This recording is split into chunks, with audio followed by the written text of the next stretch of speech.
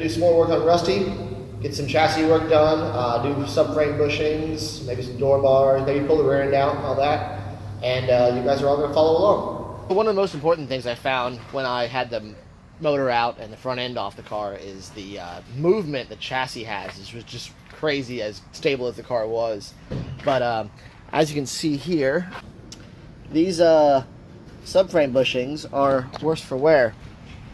The fronts were just rusted to nothing. These are pretty much gone. So what we're going to do is replace them with these. These are aluminum. Yeah, sun here. From a company called Pro Forge. I don't know, they're off of Amazon. And new bolts, all new bushings. Should stiffen it up a lot. I'm still going to weld the subframe together, but this will kind of place it where it needs to be. And we're going to do that today. What I'm doing here is getting the bolts out of the subframe so I can get the new bushings in and the old bushings out. There's nuts that are holding them in. They're inside the subframe. Of course they're all rusty. The bolts are all rusty. Everything's all rusty, of course. And the only way to get the bolts out was to hold the nut with a adjustable wrench and have a socket on the bottom, because the metal tabs that originally hold the nuts in were rusted and gone. After you get the bolts out, you just lower the chassis down a little bit, slide the old bushings out, which we actually didn't have to lower the chassis down because it was so worn out. But lowered it down, get the new ones in, bolted it all back up, she's all fixed. So I was able to get 2 of these bushings in. Kind of see down in here, new bushing. And it's a good thing I did. I have no idea how this car ran 10s as smooth and as fast as what it did. Check out these bolts. Yeah. And it's not so good. Not the way the bolt should look. This was the bushing. And there was no lower half of this bushing. This was on the passenger side. That bushing was just that. That was the only thing holding the body on. This bolt really doesn't look any better, but at least it had a lower part of the bushing on it.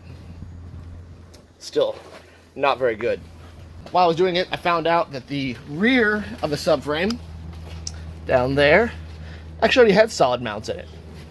Must have been from when they did the subframe connectors.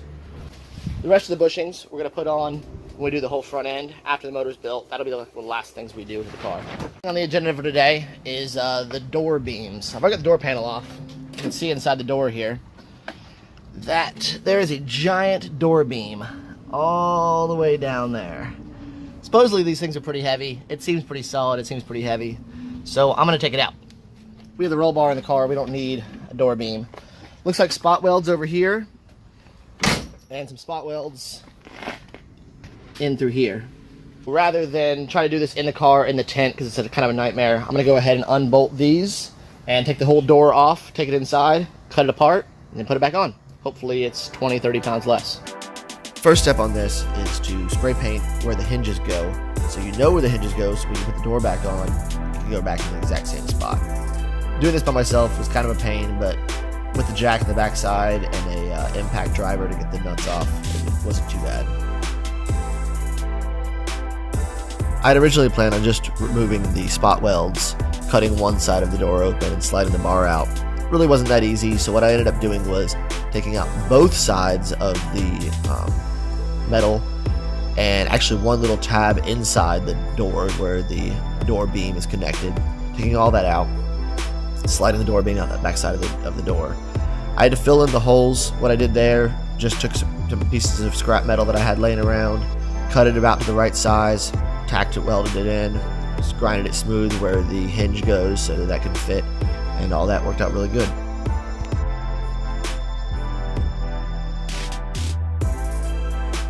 Putting the door back on is just the reverse of taking it off, making sure everything gets lined up and put back together correctly.